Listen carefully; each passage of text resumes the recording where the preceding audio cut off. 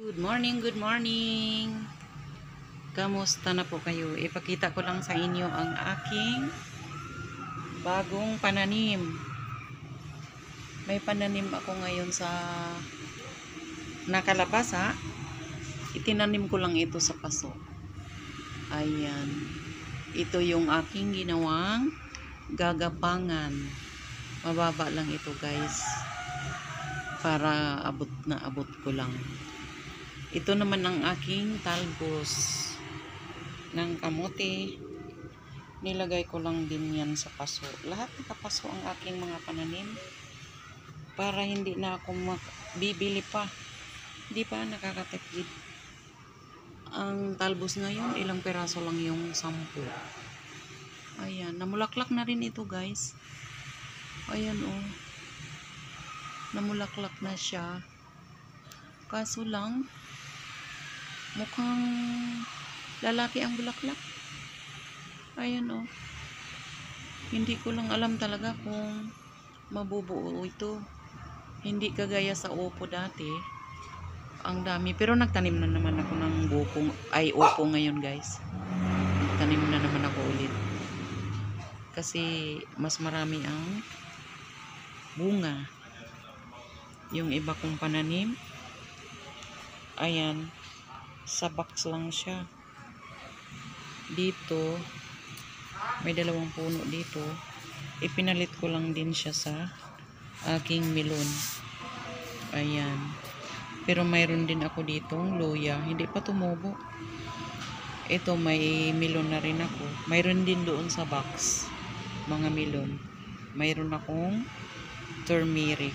May mga luya din ito, guys. Ayan. Lahat yan nakapaso lang. Yan. Ang ganda tingnan, nakaka-inspire tingnan, guys. Tuwing umaga, ang saya-saya ko kapag nakita ko na yung aking mga halaman. Ayan. Ang aking kakao. Yan, galing ito ng Bisaya. Kasi maraming kakao doon. Mga tinanim ni nanay. Nagpadala yung aking anak ng kakao. Ayan, nakaano lang din siya. Nakalagay lang sa styro. Pero ang taba niya, ha. Ito naman yung aking kamyas. Ayan. Ang kamyas ko ay napakaraming bungang ngayon. Ayan, oh. Ang bunga. Daming bunga niya ngayon, guys.